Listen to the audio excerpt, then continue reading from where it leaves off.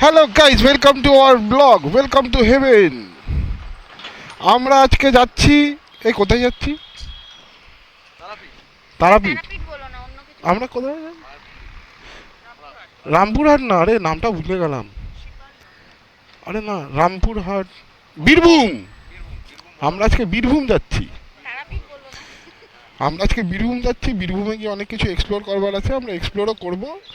কিন্তু এখন চলো, এখন আমরা দাঁড়িয়ে আছি টালিগঞ্জ পেট্রোল পাম্পে। তো আজকে আমাদের জার্নি স্টার্ট হয়েছে, আর আমরা যাচ্ছি হচ্ছে এখান থেকে বীরভূম। বীরভূমের কিছু অফবিট ডেস্টিনেশন যাব। হ্যাঁ, বীরভূমে সব থেকে ফেমাস হচ্ছে তারাপীঠের মন্দির। আমরা তারাপীঠের মন্দিরও দর্শন করব। চলো, চলে এসেছি second Hooghly bridge. Second Hooghly ব্রিজে আমরা চলে এসেছি। ওয়েলকাম জানাচ্ছে হাওড়া আমাদের। আরে বাবা, এদিক দিয়ে টেনে বেরো, এদিক দিয়ে টেনে বেরো। সাঁতরাগাছি ফাঁকা আছে, কিন্তু কি করা যাবে, এত পাউডার মাখিয়ে দিয়েছে। তাই যা, তোরা ঘুমা না, সারা রাত তো গাড়ি চালিয়েছিস, আর এখনো চালানোর কি আছে, ঘুমা না। এটা আমাদের তা শান্তি মতন যেতে হবে, যার জন্য আমরা ভোরবেলায় বেরোলাম, রাত্রে বেরোলাম না তোদের ডিস্টার্বেন্সের জন্য।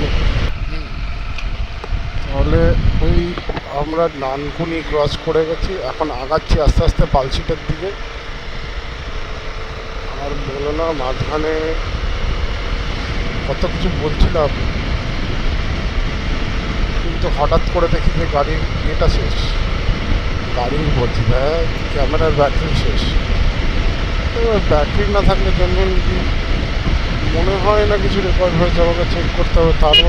তাহলে শক্তিগড় চলে এসছি। এবার শক্তিগড়ে আমাদের সকালের ব্রেকফাস্টটা করে নেব, করে নিয়ে তারপরে আবার রাইড কন্টিনিউ করব। এখন আপাতত শক্তিগড়। হ্যাঁ, রোডের কন্ডিশন খুব ভালো,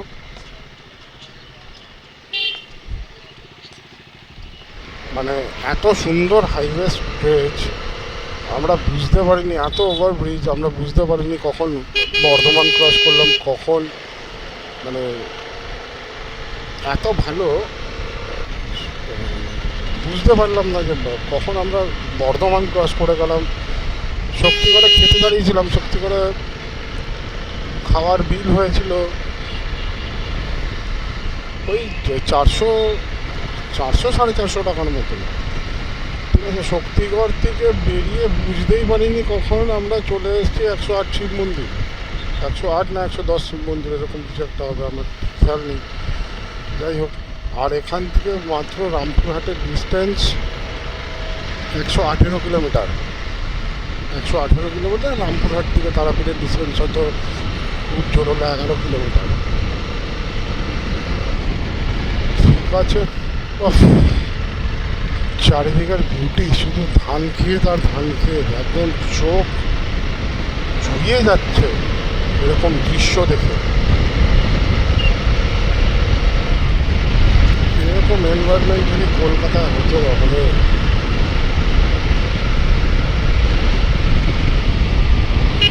তাহলে কি ভালো হতো।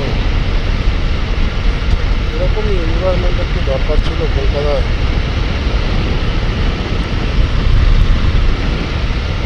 আমার দুপাশে শুধু ধান ক্ষেত আর ধান ক্ষেত, দূর অব্দি কিছু দেখা যাচ্ছে না, শুধু ধান ক্ষেতই দেখা যাচ্ছে।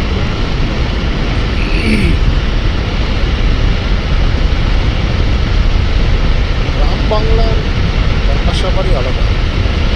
এই যে এই মাটির যে একটা গন্ধ, এই মাটির গন্ধ আমরা শহরে পাই না। হ্যাঁ, আমাদের সময় পেতাম যখন আমরা ছোট ছিলাম, তখন আর কি, যখন আমরা ছোট ছিলাম আমার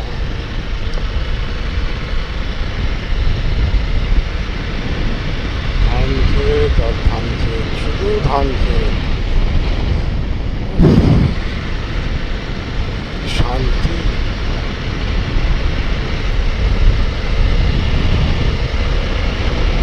বোলপুর 17 কিলোমিটার।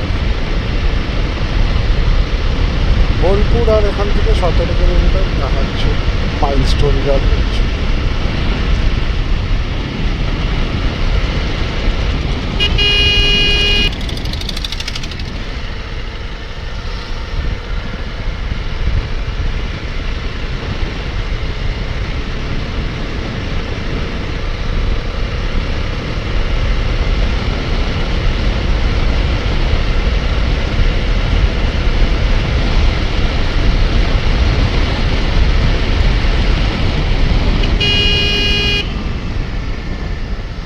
আগে সেই এই ফ্লাইওভার যখন হয়নি, রেল লাইনের নিচ থেকে যেতে হতো, রেল ব্রিজের নিচ থেকে যেতে হতো।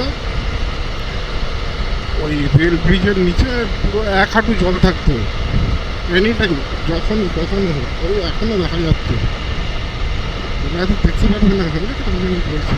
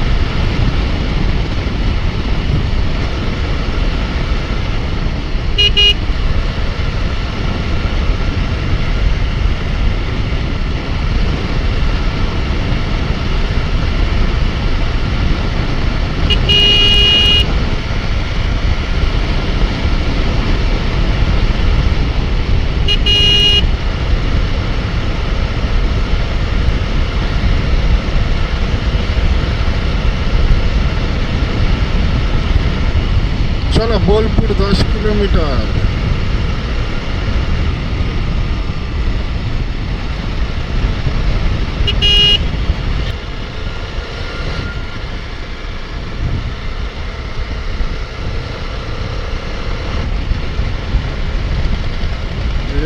এইবার আসবে হচ্ছে অজয় নদী।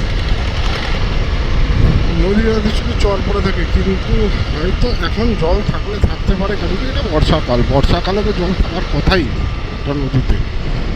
এবার দেখি, হয়তো আমরা জল পেতে পারি। ঠিক অজয় নদীর থেকে নেমেই একদম বাঁহাতে ডানাতে, ডানাতে যেখান থেকে বোলপুরের দিকে ঘুরবে, ওই গলির মুখেই একটা আছে, চায়ের দোকান আছে। ওই চায়ের দোকানে কোনো দিনও চা খেয়েও, তাহলে বুঝতে পারবে চা কী জিনিস। গুঁড়ো দুধের চা, মানে অন্য লেভেলের হয় গুঁড়ো দুধের চাটা। বাস, অজয় নদী উপরে। এখন আমরা এই দিক দিয়ে গেছে রেল লাইন, এই জল আছে, জল আছে।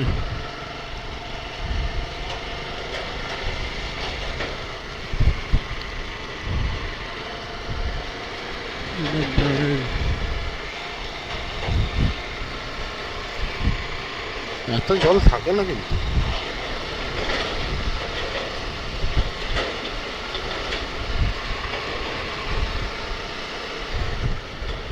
হন্ড হন্ড হন্ড হন্ড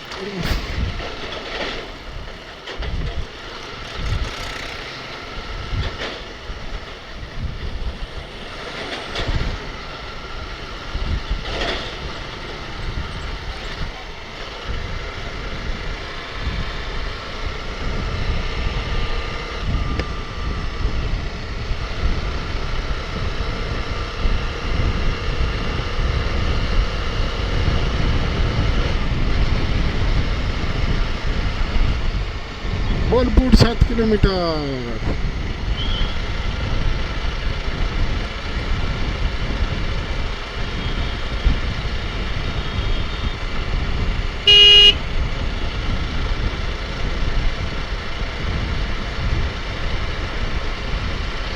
এই দোকানটা দোকানটা ভিড় দেখো, অলওয়েজ ভিড়।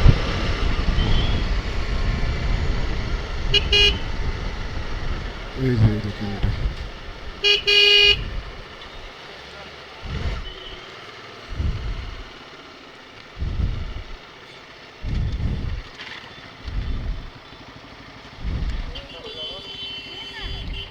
হুম, চা চা।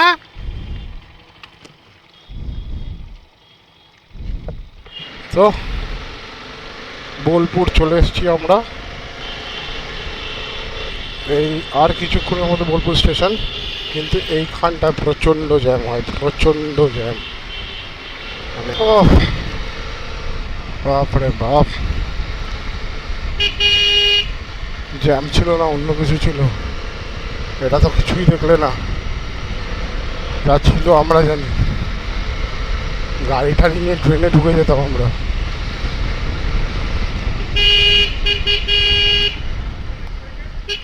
এইটুকুনি জায়গার থেকে 16 চাকা 18 চাকা এইসব লরি যাচ্ছে।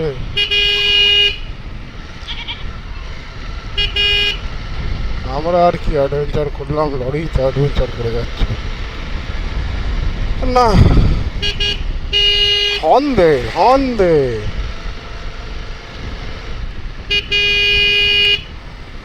হর্ন মন দেবে না।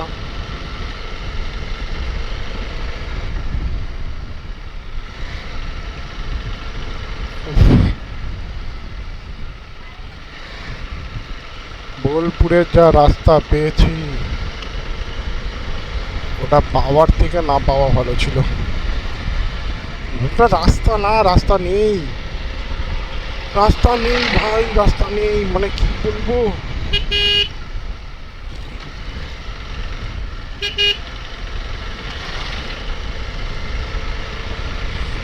ঠিক আছে, ফুল অন অফ রোড এইটুকুনি বলতে পারি। পাহাড়ে এত অফ রোড হয় না, ওখানে যা অফ রোডের প্যাচ প্রায় 7 থেকে 8 কিলোমিটার অফ রোড। না রাস্তা তৈরি হচ্ছে, আর কিছুই না। সঙ্গে সঙ্গে ট্রাকগুলো যাচ্ছে তো, আরে বাপরে বাপ, ধুলো ধুলো ধুলো ধুলো ধুলো।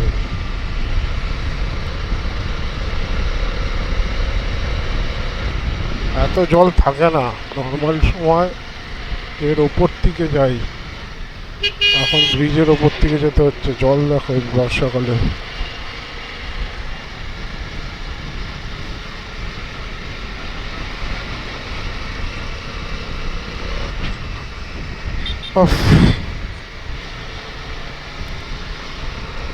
একদম ফুলে ফেপে উঠেছে নদীটা,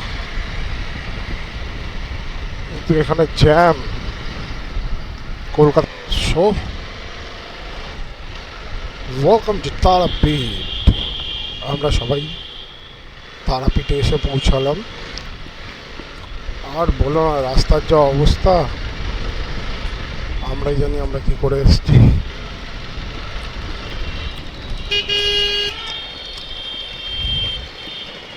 প্রত্যেকটা